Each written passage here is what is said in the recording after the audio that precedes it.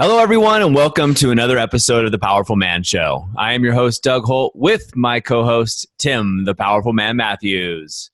What's going on, brother? A wild case of COVID here.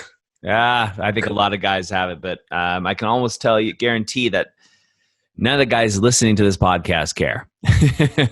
Oh, yeah. I like it. I used to have long hair, as you know. It's coming back, and I'm like, ooh, do I go with it? Do I keep it? Do I get it? Can I get it hacked off?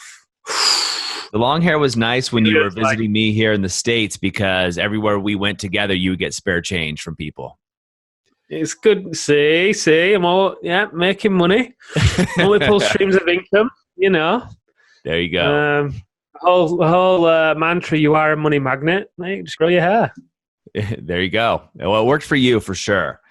But Tim, that's not what I want to talk about today. What I want to put on the table today for the guys listening is the power of breath and how breath controls so much of our lives and our state. You know, everybody listening to this probably knows, if you've listened for a while, that breath has such an important role of your emotions, right? And how we make decisions in business and in relationships. You know, you hold your breath, you tense up, your body tenses, you release different hormones, and it's easy to get snappy, right? Your wife, or make harsh decisions in business that you regret later on, versus really leaning into it and breathing. Now, right now, you are taking the men through the Brotherhood on a journey, and I believe you've taken them through 3 at this point. I'll have you correct me on this one, but 3, and the results the guys are telling me are absolutely phenomenal, not only in the bedroom, but also in the boardroom, which is things we talk about often here at The Powerful Man. So why don't you take it away and just let the listeners and myself know what's going on there and what you're teaching some of the guys. Okay. I want to do some stuff on you, Doug. I want to do some stuff on you. And we can, Doug's eyes roll back. So yeah, I love what you were saying, and the results have been incredible. It was really just one of those inspired decisions, wasn't it? We were releasing the curriculum for the next quarter for the Brotherhood. I'd just done a bit of an introductory session with the guys, and then they seemed to really like it. So I asked them if they wanted to experience more, which then led to this 4-week breathwork intensive. And yeah, guys have had near tantric experiences to having been a lot more calm in business, and as a result, making better decisions, having way more energy, feeling liberated, some of them said, happier, more joyful, more energy, all sorts. It's been incredible. And, I love the breath. I think it's such a phenomenal gift that is so often so overlooked, and it's literally right under our noses, and it can be the key to so many different things when you learn how to harness it and you actually make it a consistent part of your practice. And the trouble with it is, and I'll ask you in a minute, so in fact I'll ask you now. So Doug, what I'd like you to do is I'm going to grab a stopwatch. There you go. Right. We're going to take 30 seconds, and I want you to count the number of breaths that you take during this period. Right? So do you want me, because I know something about breath work, do you want me to actually take normal breaths that I would normally take, or? Yep, just continue breathing as you are. 3, 2, you're on. Don't change your breathing. Don't manipulate the system. Too late. Do it for the listeners, Doug.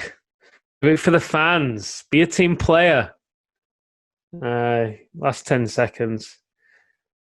Yeah, it's fascinating. It's fascinating, the problem that most people have with breathing, that they don't realize. That's 5, 4, 3, 2, 1. 3 breaths. 4. So times that by 2, 8. Cool.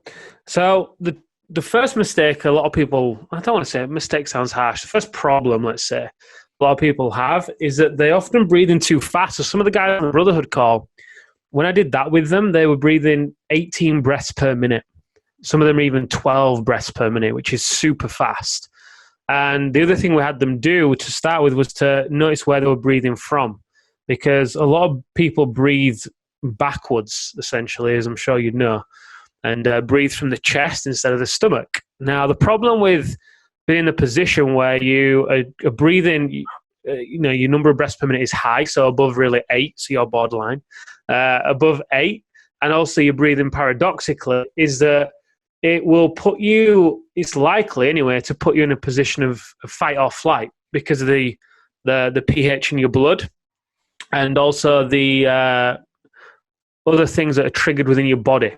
So if you imagine that you're in business, right? You wake up in the morning and you rush out of bed, you've not slept well, and then you slam a cup of coffee down, rush to the office, all on this foundation of not really breathing right anyway, already being in a fight or flight response because of how you breathe and how your body is, and then you add caffeine to it, and then you go on your phone as soon as you wake up, and then you start taking calls on the way to work, then you walk into the office, and you just add to this stressed response. Then you're trying to make decisions from that place that could be worth millions of pounds or dollars, or even billions of pounds or dollars. And then you see a phone call from your wife, pick it up, you then react to the phone call, you say something to her that comes across in the wrong way. So it's huge. It can very easily work against you or very easily start to work for you as well. And that's what a lot of the guys were seeing. The first piece of it was all about just breath awareness, quite honestly, just starting to become aware of how they were breathing, where they were breathing from, and starting to shift the tempo so they could get that breath rate down to about 6 to 8 breaths per minute. And then, it's progressed now in the third session. As one guy called it, it's been very animalistic, very primal, which has been great. It's been very, they've been coloring outside of the lines. And as a result of coloring outside of the lines, they have opened up some raw passion and desire within them that they're then taking home into the bedroom, into the boardroom, and things are changing dramatically for them.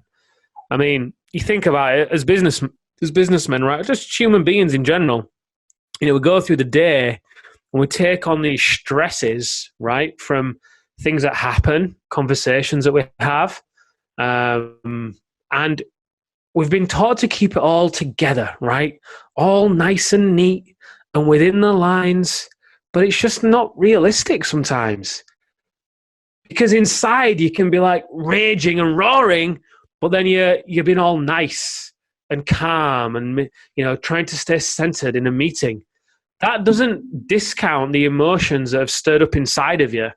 And unless you're able to actually kind of shake them off, right, they're going to stay there. But when you actually do shake them off, so let's say you use the breath work at the end of your working day, which is part of the alpha decompression routine, before you then go home and walk into your house with your wife and kids, when you're able to shake off the heaviness of the day, you have a completely different experience on an evening because you're no longer carrying with you all of the weight of the decisions in the day that's built up. So it's huge. It really is. It's a total game changer, whether you want to use it in relation to your relationship, your health, meditation, for like almost the feeling of liberation, oneness. It's incredible. Well, I mean, it's amazing, right? So I've studied breath work when I learned the power of it a long time ago, but you've gone, as you typically do, into a whole nother level in your study and your practice. So one of the ways that I use it, Tim, and maybe you can talk more about this, is in deal making and negotiations, right? So I will, before I get into the boardroom or on a call or anything else, I will focus on my breath. And the reason I do it, and I'll explain why to the guys here, because I think sometimes that's helpful, is I know the breath is going to affect my state, right? So the idea that your physiology directly affects your psychology. And so I'm going to drive that point home a little bit for the listeners, then I'll have you elaborate. If you ever picture what a depressed person looks like, right? Rounded shoulders, they're hunched down, they're looking down at the ground, right? That's the physiology, right, to a depressed person. Now, what's the physiology of someone who's super confident? We think maybe the term alpha or what have you. It's chest out, shoulders back, standing proud. right? Again, physiology. So you can actually reverse that psychology by starting in the physiology first and then producing the psychological benefits you want to. So I'll do this in business quite often. I'll use my breath work to actually get there and own the frame within a business context. So how are you seeing, or how are you showing the guys on how to do this with breath work so that they can gain the frame? Maybe not in business per se, but we always talk about the bedroom and the boardroom being very similar. I find them to be very similar as well. You get results in one, you typically can get results in the other. So how are you showing these guys? Give them a couple of examples of what the men are doing. A couple of examples. It's quite difficult in some respects without getting them to experience it. I'll do my best to explain it.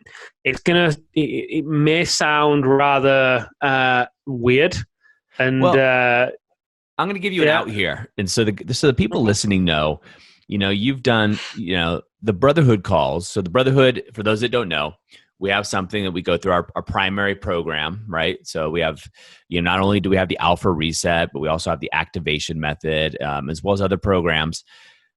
Once people graduate that, they have the opportunity of joining it's basically kind of like a mentorship and mastermind called the Brotherhood, which is a year-long program. And they get the men in there go through 2 90-minute calls each week. And so you're on week 3 with these guys, just to give some context to what I'm asking you to fit into a 20-minute conversation, and you're not even done, of all the stuff these men have been learning. And by the way, I'm going to throw this out here real quick before you jump into it, Tim. I heard some stuff about some of these guys having some, what was it? Basically really getting to some almost Kama Sutra type sex and things like that in the bedroom. Going through with this breath work. So we'll get into that in a minute, but talk to me a little bit about, what it is you are showing these guys. Okay. Yeah. So the outcome that I wanted for these guys selfishly and that I offered to them for those who wanted to go through it was I wanted these guys by the end of this intensive to be able to walk away with a methodology that is personal to them, that they have come up with and that they can use, and also know how to change in order to elicit different states, right? So whether they want to use the breath to calm themselves down at the end of a working day, whether they want to use it for excitement and energy before a negotiation or the beginning of the day, whether they want to use it in a sexual manner, because I firmly believe that there is no one size fits all, and a lot of the guys were using breath modalities that are out there, that are great, that are popular. And also what can sometimes happen is, when, in my belief anyway, when you follow a methodology that has been prescribed to you and you go into it, sometimes it can also start to limit you and restrict you as well, because you stay within the box because you don't understand what's actually going on. So we've basically just called it intuitive breathing, essentially. But I'm sure we'll come up with a sexier name than that by the time we're done. But right now, it's called that. But one guy, he described it yesterday really well. He would say it was quite animalistic and primal, because what they've now learned to do, they've got to the point as we go through these rounds that they're able to understand where their breath wants to take them. So they've gone from them breathing their breath to their breath breathing them. Right? So as their breath then comes into their body, and as they're choosing to use whichever channel they want to use, with different tempos and different depths and different noises and different movements, and there's a whole spectrum of things we can include here, whether they're stood up or they lay down or all sorts. They're now building developing the confidence to be able to actually understand what's going on and give themselves the permission to just follow it, right? Which may sound easy, but it's actually, in the beginning, it can be quite difficult, because your mind, if you imagine that you're making all these noises on the exhale, whether it's groaning or... I had a really profound experience a few weeks ago as I posted in the Brotherhood, right? I was doing a breath session, and I just went to this place of abandonment, and I never knew it was within me at all. And it was the breath and the noises that I was making that I allowed myself to make that really took me there. And the noises went from groaning to almost like crying. And there wasn't any tears. And initially your mind wants to be like, what the hell are you doing? Why are you making that noise? That sounds daft. Do you really feel that? You don't need to go there. Your mind wants to judge it all. So you've got to be able to just observe that and be able to trust where your body wants to go and just go there without judgment of whether it been right or wrong or good or bad or stupid or whatever, right? So as I continue to go there and lean in, yeah, just this feeling of abandonment came over me. And I started saying things like, why did you abandon me? And that only went on for a few times. I think it was towards my father, who listens to this show. So, Dad, I hold no grudges. I know I've not spoken to you about this yet, but we've had many conversations, so it's all good. But yeah, it was profound. At the end of that, I then went to laughter and then joy. And afterwards, Doug, oh my God, I felt incredible. I felt super light. It was like there were layers. It felt like there were layers on my heart, on my chest. And as I went into it, it was like the layers got peeled away. And I just lightness. It was great. I had noise cancelling headphones on as I was doing it. So I went downstairs with a big smile on my face, and Amelia looks at me, and she's like looking with this really strange, concerned look. Bearing in mind, I didn't realize she could hear me, but all she could hear from upstairs were these groans and wails and movement and fast breathing and slow breathing and deep. I don't have a clue what she thought I was doing, but I just looked at her and said, "Oh, could you hear that?" Yeah, exactly. How's he smuggled that woman into that room? Yeah. So yeah, I was like, "Could you hear that?" She's like, "Yeah, you were very loud." I was like, "Man, I feel great." We just left it there. But yeah, the point being is with these guys, that's what they're experiencing. They're giving themselves the space to, and this is why one of them described it yesterday as feeling liberated. They're giving themselves the space to go through these breathing sessions. Really, they can be in about 30 minutes a day. They don't have to be anything extreme. And every one of them can have a different purpose and a different outcome, and you can have a different journey with every one of them. Because where your breath is going to want to go and where you're going to let it take you, providing you can just shelve your mind for a little bit, can be extraordinary.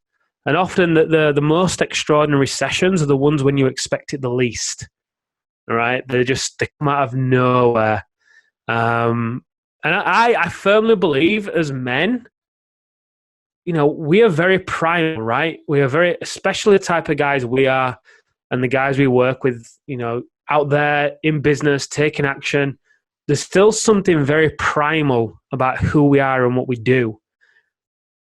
So then to expect us to just fit into this cookie cutter box of being all nice, well, it doesn't make sense. And I think this is why for some guys, just things build up and there's no outlet for rage or for anger or frustration or for anything. And then you try and go and connect with your wife, but really you've just got all this tension bubbling beneath the surface, and you're doing your best to contain it. So you either drink or you eat food or you go on social or whatever. But really, if you give yourself some space to just let it flow. I mean, look at tribal culture, right? Now, they'd essentially do this. I don't know if they'd use psychedelics as well, but they'd do this for hours in like a tribal dance, with noise and with music and with movement and with breath and with depth. And, there's so much power. And yeah, when you're able to give yourself that space, afterwards you feel incredibly energized, light, clear, alive. Imagine taking that home to your wife after your work day. Some of the guys were in their office at work doing it. And obviously nobody was there, but they're going to be doing it at their office at the end of the working day. And people obviously are like, whoa, what the hell are you doing? That's crazy. Well, in actual fact, you know what's crazy? Sitting behind your desk all day and never actually releasing any of the things that build up. That's crazy. That's how disease forms, quite literally. Disease, the cells start to function differently because of the emotions that you're carrying with you in your body. You've got to let them go. You've got to transform them. Well, you do if you want to be able to, conquer the boardroom and also the bedroom and have it feel easy as well. That's the key. It can feel effortless. How often are you personally practicing the breath work, and how often, if it's different, are you advising the men in the brotherhood to practice? I've asked them to commit to at least once a day. I've not said to them for there to be any time limit on it. It's kind of like going to the gym, right? The hardest part of going to the gym is getting there. It's the same with the breath work. What I found for myself is, so I like to do it every morning. I didn't do it this morning. We were doing yoga. I woke up a little bit late. We were doing yoga shortly afterwards. And I went downstairs, Doug, and then to go on my morning walk. It was just so peaceful and quiet. I just was really enjoying the peace. I just sat and meditated. Point being is, just like in the breath work, letting the breath guide you, when you're able to just be aware of your energy and how you feel and know what you need in the moment, sometimes you don't have to always use the breath. But I think in the early days, like with these guys, if they do it every day, at least if they just go for 10 minutes, chances are, if they just go for 10 minutes and do a couple of warm-up rounds first, because I always recommend that they do some warm-ups just to get going. By that point, they'll be in and they'll be loving it, and they'll do like 3, 4, 5, 6 rounds. So, in no time, 20 minutes passes by and you're leaving the session with a ton of insights. If you want to journal at that point, there's a ton of insights that usually come up because you're super clear. It's great to meditate at that point because your entire body's just tingling. So it's great to meditate. But even if these guys can't do that some days, I just say, just do 5 minutes. Just keep in the commitment to yourself. So you're in the practice, so you can keep it being something that you are, right? It's not something you just do on weekdays because you're going to go into work. That's daft. You can do it on a weekend as well, even if it's just for 5 minutes, because, it's a massive gift to yourself, to give yourself that space just to be human at the end of the day. That's awesome. And what comes to mind, I'm trying to put myself in the mind of somebody listening. This is new, right? Maybe I'm looking at improving my marriage, my business, my health, or what have you. What are some, maybe we take them separately, but what are some practical applications that the men can do today? I think the first thing is to understand where you're starting from. It's like any journey, right? If you go on a road trip, you put the destination in, the first thing it does is calculate where you are. So I think the first thing you've got to do is find out where you are. So I think the first thing would be for you to take the stopwatch for a minute and see how many breaths you take in a minute. Don't alter your breathing. Ideally, it'd be between 6 to 8. As you lean into breath work, it'll probably come down probably to 4 to 6. Mine's usually at rest, it'll be about 4. And that's where your resting heartbeat comes down to, I think mine can have to 49 or 51.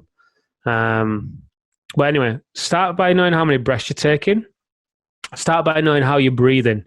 So after you've counted your breaths in a minute, go again for a minute. I want you to put one hand on your chest, one hand on your belly, and just notice which rises. Is it your belly or is it your chest? If you're breathing from your chest, then something called paradoxical breathing, just breathing the wrong way around.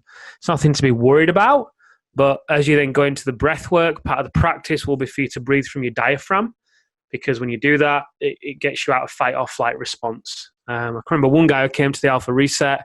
He was struggling with addictions and things. His shoulders were literally up. And he was breathing like,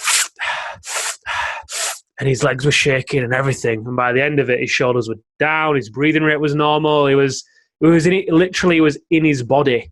But before, there was so much tension, his body was raised. So, and then from there, a really simple breath practice that you could just start doing for a couple of minutes at the end of your workday before you go home, or any time that you feel like you are getting anxious or you want to calm down.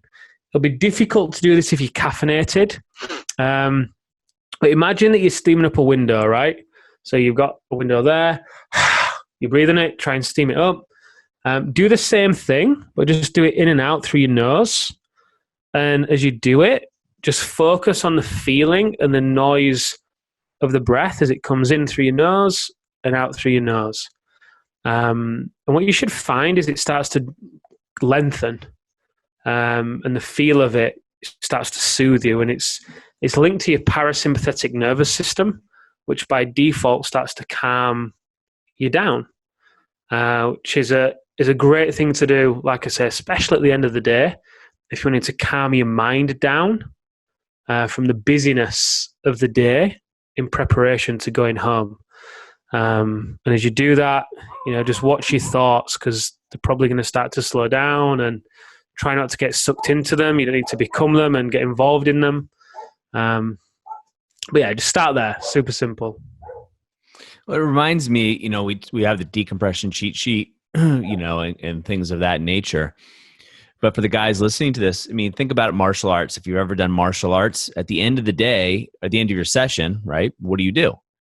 Before you leave the dojo, you bow, right? You're showing the end that you are practicing the fighting arts, because you're going back to the real world, because you don't want to be on that hyper guard, etc. And it's a different state. You're signaling to your body and your psychology that things are about to change. It's very similar to this, right? You're talking about doing it at the end of the day at the office, or I was talking about before going into a very big meeting. But one thing I'm sure all the guys are listening to, because I saw somebody post this in the group. But let's talk about sex and breathing. How does this breath work affected some of the guys' sex lives? I saw a couple posts about that. Wow. How has it affected the sex lives? Well, they're having more sex, having better sex. And so far, it's not sounding bad. Well, yeah, exactly. More and sex, better sex. Okay. More and better sex, yeah. And the depth of the connection during the sex. That kind of goes to better sex. But it's kind of almost tantric. One of the guys is learning to sync up his breath. I think he was about to ejaculate, and as he was about to, it took some breaths in, and it really heightened the experience for him. But before that, he was syncing up his breath with his wife. Now, she doesn't need to know what's going on, but if you're able to sync up with your wife and have her follow you, there's got to be other things going on in the relationship, of course, for her to go there with you. But this guy's work doing those things. The point being is, when she then syncs up the breath with you, you can go to some very magical places. You can experience connection that you've always probably dreamed of having, but it's always eluded you for some reason. And one of the things I invited him to do was just to go up to his wife, and they're in the kitchen or wherever, hold her by the hand, face her, hug her, and then just put his belly on hers, and just whisper in her ear, just breathe in with me, and just have them breathe together, belly to belly. And I asked him to just notice what happens. And usually what can start to happen in that, what can start to happen in that situation is you can become very in sync, and energy starts to rise, and often lots of spontaneous things can come from it. Yeah, it's usually, in my experience, not the only thing that starts to rise when you get into that level of synchronicity in there going through. Yeah. Well, Tim, thanks for the breakdown here and going through it, guys. I hope you got something out of this as well. I certainly did. It's always a good reminder that our physiology controls our psychology, and it really starts with the breath.